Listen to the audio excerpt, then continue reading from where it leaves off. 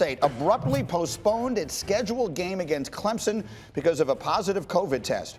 Dabo Swinney ripped into the school's administration, Florida State's, for that decision. Yesterday, the coach at Florida State, Mike Norvell, responded.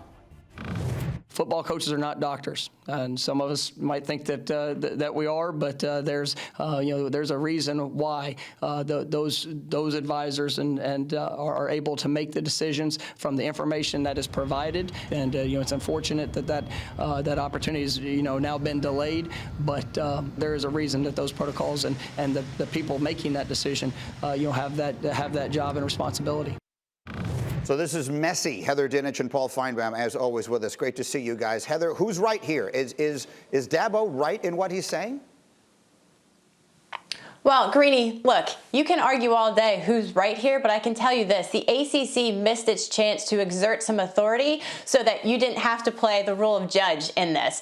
When it happened behind the scenes, the ACC should have made some sort of decision and public statement that was stronger than the one that came out. They've been silent since this happened, and it's escalated into a family feud. The second point is I expect them behind the scenes to come to an agreement to play on December 12th. And the third point, Greeny, is even if they didn't play, it doesn't matter because the College Football Playoff Selection Committee is not going to leave out Clemson if they win the ACC and finish as a one-loss conference champ just because they don't play Florida State, just like they're not going to leave Alabama out if they don't find a way to play LSU.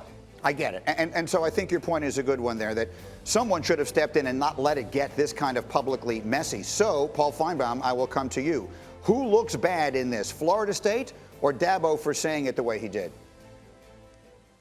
Well, first of all, who is right is Heather. She's 100% right in terms of what she said. But I don't think Dabo looks that bad. And I know the media pundits all over the country, Greeny, are assassinating him because it's the easy thing to do. I mean, Dabo is not making a proclamation against COVID safety. He just wanted to know why we didn't have a football game Saturday. We spent $300,000 going down there, and nobody could make up their mind. So I don't have any problem with him standing up and screaming and hollering because he wanted to get that game out of the way. He doesn't want to play that game on December 12th, 1 week before he has to see Notre Dame in the ACC championship game. So in the end, the ACC created this disaster. And the fact that they still haven't said anything is shameful.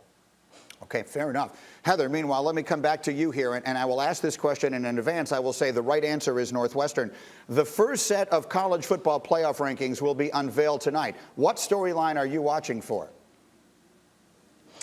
Well, as much as I know you want me to say Northwestern, I'm going to go ahead and say Cincinnati, Greeny, because who's on the bubble is the biggest question. I think the top four, in whatever order, should be Alabama, Notre Dame, Ohio State, and Clemson, your typical teams. But then how high do they rank the Bearcats? Because if you're looking at them on paper, they actually have a stronger case than both Texas A&M and Florida, which leads me to ask, does the committee honor the head-to-head result of the Aggies over the Gators, even though Kyle Trask and the Gators have looked phenomenal lately? So I think those 5, 6, 7 spots are going to be the most interesting tonight.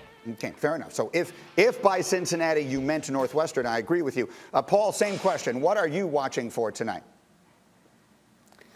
Well, I am watching for Northwestern, Greeny, because I want to see what the committee values that win the other day and how seriously they are taking the Big Ten other than Ohio State. Now, having said all that, let me make it easy on you, and I'm going to declare right now, if Northwestern wins out, and I think they will until they get to the Ohio State game, and then beat Ohio State, they are going to be in the college football playoff. There are no debates, no doubt, and nothing can change my mind, especially since you wrote the script for me. That's why he's the best in the business, folks. Heather, Paul, thank you both very much. We'll see you. Thank you for watching ESPN on YouTube. For live streaming sports and premium content, subscribe to ESPN+.